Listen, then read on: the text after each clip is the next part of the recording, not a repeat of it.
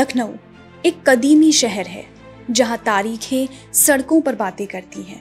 एक ऐसा चमकता हीरा जिसने एक सदी से उर्दू ज़बान को रोशन किया है।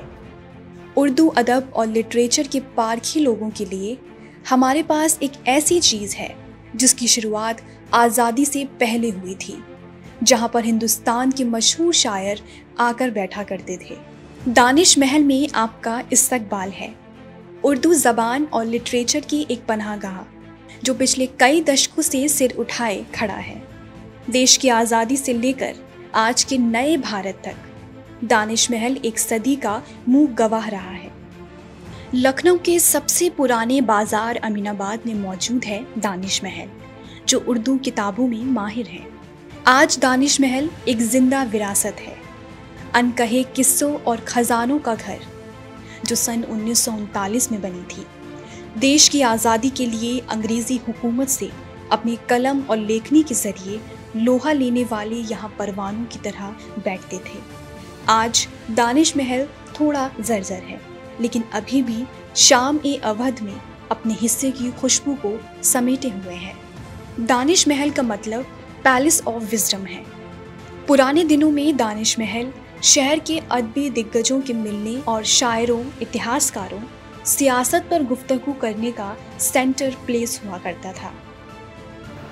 दानिश महल का रिश्ता ठीक वैसे ही है जैसे एक माँ का अपने बेटे से रिश्ता होता है। ठीक वैसे ही दानिश महल का रिश्ता उर्दू से रिश्ता है, क्योंकि माँ अपने बेटे को इस कदर चाहती है कि आपसे बयान नहीं किया जा सकता। उसी तरह से हम लोग जो दानिश महल में उठते बैठते हैं, हम लोग उर्दू को इस कदर मोहब्बत करते हैं, यानी कि अब वो तो एकदम बयान से बाहर ही है किस कदर हम लोग मोहब्बत करते हैं उर्दू से।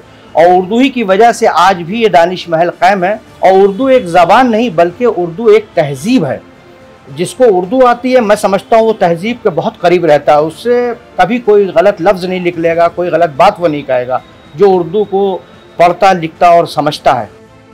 यहाँ आला और हर दिल अजीज़ मशहूर शायर जोश मलिहाबादी से लेकर फिराक गोरखपुरी भी आते थे। रामलाल, अब्दुल माजिद दरियाबादी, आले अहमद सुरूर, अब्दुल हक कुछ ऐसे उर्दू दानिश्वर नाम हैं जो स्टोर की शुरुआती दिनों में अक्सर दुकान में आते थे। आज़ादी से और अब तक देखिए, आज़ादी के वक्त का मामला तो ये है कि उस वक्त वो दौर बहुत ज़बरदस्त दौर रहा। उस वक्त तो जैसे कि जोश मलिहाबादी, हसरत मोहानी, मौलाना आज़ाद साहब, ये सब की किताबें भी हम लोग यहाँ रखते थे। और रही जोश साहब की बात, तो जोश साहब तो अक्सर दानिश महल आ जाया करते थे, क्योंकि जोश साहब जो हैं वो आज़ादी के बाद पाकिस्तान चले गए और वो जाके वहीं रहे फिर उसके बाद, लेकिन ये लोग तो हमारे यहाँ आते ही थे। दानिश महल ने लखनऊ को बढ़ते और पनपते हुए देखा है। भारत की आज़ादी में दानिश महल का ख़ास हिस्सा रहा है, जो आज भी उर्दू के चाहने वालों के लिए इल्म का मकतब बना हुआ है।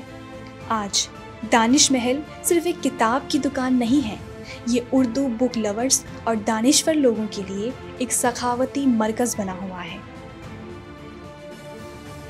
चकबस जैसे शायर इसी लखनऊ के अंदर हुए हैं। ब्रज नारायण चकबस, इस सदी का गज़ल का जो सदी गुजरी है उसमें गज़ल का सबसे बड़ा शायर जो था वो पंडित रघुपति सहाय फिराक थे। मगर अब ये लोगों ने कहना शुरू किया उर्दू, अरे उर्दू तो यहीं पैदा हुई है, यहीं से पैदा हुई है, खड़ी बोली और दूसरी बोलियां मिल करके उर्दू पैदा हुई। और ज़बानें बदलती रहती हैं, धीमे धीमे धीमे धीमे हिंदी से तो उर्दू निकली। मैं यहाँ बैठता हूँ दानिश महल के अंदर, मैं देख रहा हूँ बिरादरान वतन में से बहुत अच्छी खासी तादाद आती है जो उर्दू की किताबें लेके जा रही है। आज के बच्चों में, बिरादरान वतन में उर्दू पढ़ने का शौक़ पैदा हो रहा है, जज्बा पैदा हो रहा है। क्यों कि उर्दू में एक ख़ास किस्म की मिठास है, बहुत मीठी ज़बान है, इसको हर एक मानता है। मैंने देखा सुषमा स्वराज जी जो थी वो उर्दू के अशार पढ़ा करती थी, मरहूम, बेहतरीन उर्दू जानती थी और बेहतरीन उर्दू बोलती थी। वो कभी कभी यहाँ अटल सामने पार्क है अमीनउद्दौला पार्क, यहाँ अटल जी आया करते थे, बोला करते थे, वो उर्दू के अशार पढ़ा करते थे। तो उर्दू हर एक की ज़बान है। अब ये तो बदकिस्मती है उर्दू की, लोगों ने मशहूर कर दिया कि उर्दू मुसलमानों की ज़बान है। उर्दू मुसलमानों की नहीं बल्कि सबकी ज़बान है, हर एक की ज़बान है उर्दू। दानिश महल ने वक्त के साथ तालमेल बिठाते हुए पुरानी दुनिया की किताब दुकान के कशिश को बनाए रखते हुए विरासत को जिंदा रखा है। दानिश महल में मीर तकी मीर, हसरत मोहानी, सर सैयद अहमद खान, मीर अनीस जैसी इल्मी रूहों वाले दबीरों की तस्वीरें लगी हैं जो यहाँ की कहानी खुद ब खुद बयां कर देती हैं। देखिए, लखनऊ के अंदर उर्दू ने बहुत तरक्की की और लखनऊ की ज़बान जो है बहुत अथेंटिक मानी जाती है। 2 स्कूल बहुत मशहूर हैं उर्दू के मामले में, एक लखनऊ स्कूल और एक दिल्ली स्कूल। मगर जहाँ तक के ज़बान की सफाई का ताल्लुक़ है, वो जो लखनऊ के अंदर पाई जाती है वो कहीं भी हिंदुस्तान में क्या दुनिया में कहीं नहीं पाई जाती। इसको सारे लोग तस्लीम करते हैं इस बात को। हालांकि हैदराबाद ने भी उर्दू की बड़ी खिदमत की है, इसमें कोई दो राय नहीं। बड़ी बड़ी किताबें, बड़ी आला दर्जे की किताबें हैदराबाद से छपी है, उर्दू की बहुत खिदमत की है उन्होंने।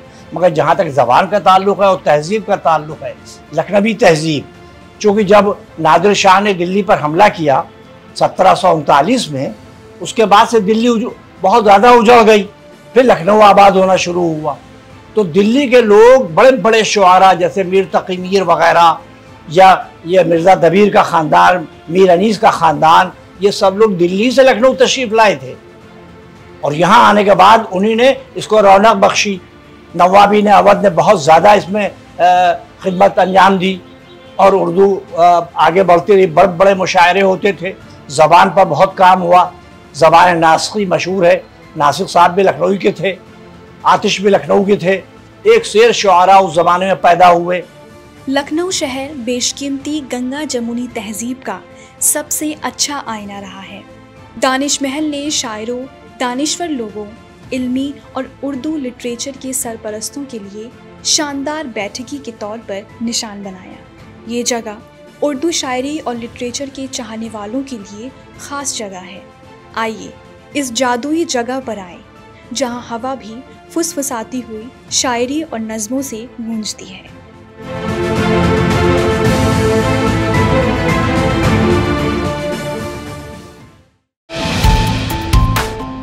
जो है आपके आसपास,